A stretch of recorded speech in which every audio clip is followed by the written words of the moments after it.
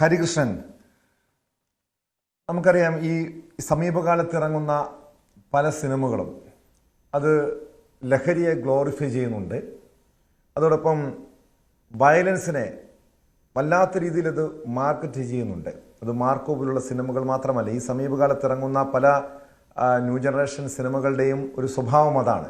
അതോടൊപ്പം സ്ത്രീ വിരുദ്ധത, സ്ത്രീയെ ഒരു കച്ചവട വസ്തുവാക്കുന്നു, സ്ത്രീയുടെ ശരീരത്തെ വിൽക്കുന്നു എന്ന രീതിയിലുള്ള വിമർശനങ്ങളാണ് വരുന്നത്. പക്ഷെ അതൊക്കെ ഈ ചലച്ചിത്ര പ്രവർത്തകരുടെ ഒരു ആവിഷ്കാര സ്വാതന്ത്ര്യമായി കാണിക്കുന്നുണ്ട്, പറയുന്നുണ്ട്.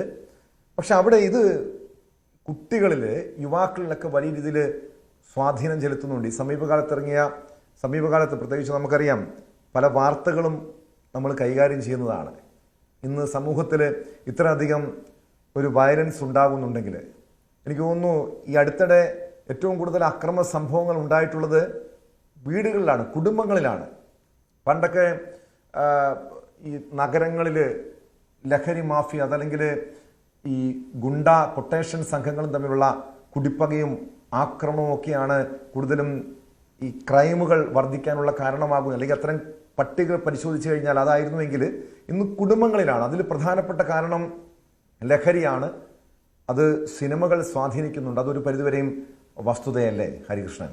ഇല്ല ടോം, അത് രണ്ട് രീതിയിൽ എടുക്കാം. അത് സിനിമ സ്വാധീനിക്കുന്നുണ്ട് ഇല്ലയോ എന്നുള്ളത് നമ്മൾ നേരത്തെയും ചർച്ച ചെയ്തിട്ടുള്ള കാര്യങ്ങളാണ്. ചിലതിൽ നമ്മൾ സ്വാധീനം ഉണ്ടായിട്ടുണ്ട്, അല്ലെങ്കിൽ സിനിമയിലെ നടന്മാർ ചെയ്യുന്നത് അനുകരിക്കുന്നു എന്നുള്ളത് പറയുന്നുണ്ട്. പക്ഷേ അത് എൻ്റർടൈൻമെൻറ്റ് പർപ്പസായിട്ട് മാത്രം എടുക്കണം എന്നുള്ള രീതിയിലാണ് വിലയിരുത്തുന്നത്. അത് ഞാനും അങ്ങനെ തന്നെയാണ് പേഴ്സണലി വിലയിരുത്തുന്നത്. പക്ഷേ അത് ഇൻഡ്യൂസ് ചെയ്തിട്ടുണ്ടെന്ന് ഉറപ്പായിട്ടും പറയാൻ പറ്റും. കാരണം അഗ്നിപത്ത് എന്ന സിനിമയിൽ ഒരു രംഗം എടുത്തുകൊണ്ട് നമ്മൾ കണ്ടിട്ടുള്ളത് നോർത്ത് ഇന്ത്യയിലെ ഒരു സംസ്ഥാനത്ത്, എനിക്ക് ഓർമ്മയില്ല, അവിടെ ഒരു അധ്യാപികയോട് ഒരു കുട്ടി കാണിച്ചതും നമ്മൾ കണ്ടിട്ടുള്ളതാണ്. ഇതുപോലെ സിനിമയിലെ പല സീക്വൻസസ്, റെഫറൻസസ് ഇതിന് മുമ്പും അത് ഇനാക്ട് ചെയ്യുന്ന വിദ്യാർത്ഥികളെ അല്ലെങ്കിൽ പൊതുസമൂഹത്തെ നമ്മൾ കണ്ടിട്ടുണ്ട്. അത് നമ്മൾ കാണാറുള്ള വിഷയമാണ്. പക്ഷേ ഇവിടെയുള്ള പ്രശ്നം എന്താണ്? ഇവിടെ ഇപ്പം ഗീതു മോഹൻദാസിൻ്റെ വിഷയവുമായി ബന്ധപ്പെട്ട് സംസാരിക്കണം. ഇപ്പോൾ ശബരീഷ് പറഞ്ഞതിലൂടെയുള്ള ഒരു കാര്യം ഞാൻ ആദ്യമേ പറയട്ടെ. ശബരീഷ് പറയുന്നത് ഗീതുവിൻ്റെ രാഷ്ട്രീയ നിലപാട് സിനിമയിലേക്ക് കൺവേർട്ട് ചെയ്യണമെമ്പോൾ നിർബന്ധമില്ല എന്നാണ് പറയുന്നത്. അങ്ങനെയാണെങ്കിൽ നിതിൻ രഞ്ജി പണിക്കർ അദ്ദേഹത്തിന് ഇഷ്ടമുള്ള രീതിയിൽ ഒരു സിനിമ ചെയ്തു, അത് അങ്ങനെ തന്നെ ആയിക്കൂടെ എന്നൊരു ചോദ്യം വരുന്നുണ്ട്. അപ്പോൾ സിനിമയിൽ അങ്ങനെ സ്ത്രീകളെ ഗ്ലോറിഫൈ ചെയ്യുന്ന രീതിയിലേക്ക് മാറുന്നു. അതുകൊണ്ടാണല്ലോ അന്ന് ആ ഒരു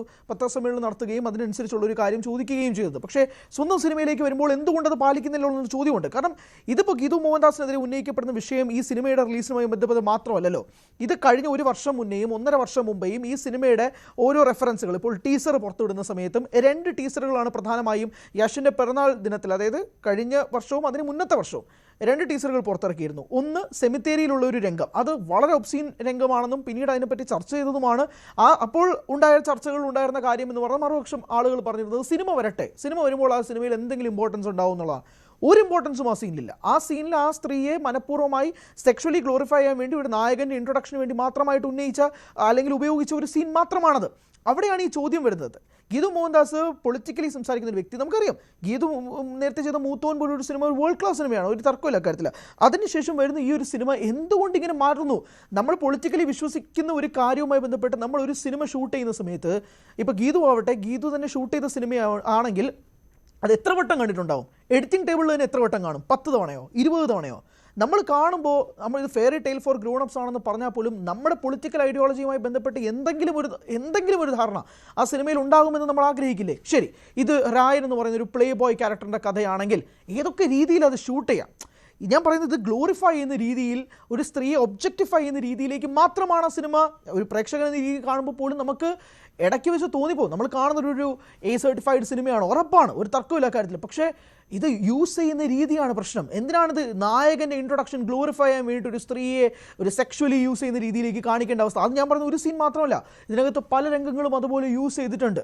ഇതുപോലെ പല രംഗങ്ങളും ഉണ്ട്. അപ്പോൾ ഗീതു പബ്ലിക്കലി ഒരു ഒപ്പീനിയൻ പറയും, സിനിമയിൽ അത് വേറെ ഒന്നായി മാറും എന്നതിനെ പറ്റി ആ നിലപാട് എനിക്ക് പൂർണ്ണമായും യോജിക്കാനേ കഴിയില്ല. കാരണം നമ്മുടെ സിനിമ ഇൻഫ്ലുവൻസ് ചെയ്യുന്ന, അല്ലെങ്കിൽ നമ്മൾ പുറമേ നടക്കുന്ന കാര്യങ്ങളാണ് നമ്മൾ സിനിമയിൽ കാണിക്കുന്നത്, നമ്മുടെ പൊളിറ്റിക്കൽ ഐഡിയോളജിയുമായി ബന്ധപ്പെട്ടില്ല എന്ന് പറയുകയാണെങ്കിൽ ഒരിക്കലും അങ്ങനെ ഒരു സിനിമ വിഷയവുമായി ബന്ധപ്പെട്ട് പബ്ലിക്കലി വന്ന് സ്റ്റാൻഡ് ചെയ്യാൻ പാടില്ലായിരുന്നു.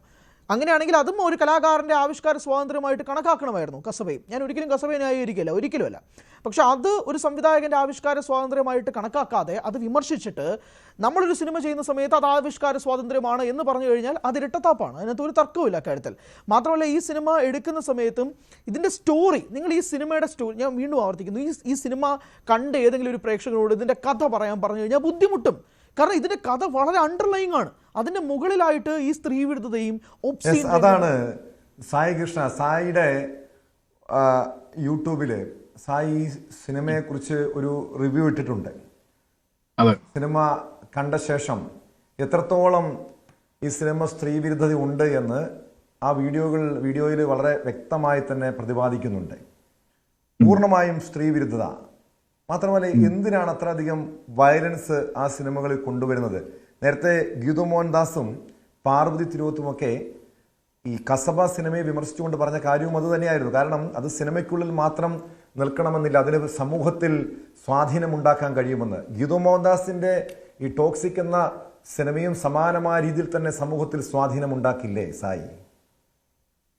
അത് അവര് ചിന്തിക്കേണ്ടതാണ്. അവര് ആശയം ഒന്ന് പറയും, ആമാശയത്തേക്ക് പോകേണ്ട ഒരു അവസ്ഥ വരുമ്പോൾ ആശയം മാറ്റിവെക്കും. അതാണ് സത്യത്തിൽ ഗീതു മോഹൻദാസിന്റെ അവസ്ഥ എന്നാണ് എനിക്ക് തോന്നുന്നത് ഈ പടം എടുത്തപ്പോ. പിന്നെ ഈ പടത്തിനെ കുറിച്ച് പറയുമ്പോൾ നമ്മൾ ഗീതു മോഹൻദാസിന്റെ ആശയങ്ങളെ കുറിച്ച് പറയുമ്പോൾ ഇതിൽ ഫസ്റ്റ് ഗീതു മോഹൻദാസിനോട് കുറച്ച് ക്വസ്റ്റ്യൻസ് ചോദിക്കാനുണ്ട്. അവര് കഴിഞ്ഞ ദിവസം കൊച്ചിയിലോ തിരുവനന്തപുരത്ത് എങ്ങാണ്ട് പ്രൊമോഷൻ വന്ന സമയത്ത് അവർ പറഞ്ഞു സിനിമ ഇറങ്ങിയതിനു ശേഷം ഇതിനെക്കുറിച്ച് പല ചോദ്യങ്ങൾ വന്നാലും ഉത്തരം പറയാൻ റെഡിയാന്ന് പറഞ്ഞിട്ടുണ്ടായിരുന്നു. ഗീതു മോഹൻദാസിനെ പോലെ സ്ത്രീകളെ ഒബ്ജക്ടിഫൈ ചെയ്യുന്നതിനെ എതിർത്ത്, സിനിമയിലെ ഈ സ്ത്രീ ഒബ്ജക്ടിഫിക്കേഷനെ കുറിച്ച് എതിർത്ത് സംസാരിച്ച് ഒരു വ്യക്തി സ്വന്തം സിനിമയിൽ വരുമ്പോൾ നിലപാട് മാറ്റം, സ്വന്തം സിനിമ എടുത്തത് സ്വയം ഡയറക്ട് ചെയ്തതാണോ അതോ ഇത് ഗോസ്റ്റ് ഡയറക്ഷൻ ബൈ യഷ് ആണോ എന്നുള്ളതിനെ കുറിച്ചുള്ള ഒരു ഉത്തരം പറഞ്ഞു തരണം. കാരണം ഈ സിനിമയുടെ ഓരോ സ്റ്റേജിലും ഇവരാദ്യം പറഞ്ഞത് ഇതിന്റെ സ്ക്രിപ്റ്റും കാര്യങ്ങളും ഒക്കെ ഓരോരുത്തരെ ഈ ബോളിവുഡ് ആക്ടേഴ്സിന് കേൾപ്പിച്ച സമയത്ത് ഇതേപോലെ ആയിരുന്നില്ല ഇതിന്റെ സ്ക്രിപ്റ്റ് എന്ന് പലരും പറയുന്നുണ്ട് ഇപ്പൊ ഇൻസൈഡില്. അപ്പൊ അങ്ങനത്തെ ഒരു സാഹചര്യത്തിൽ സ്ക്രിപ്റ്റ് എവിടുന്ന് മാറി?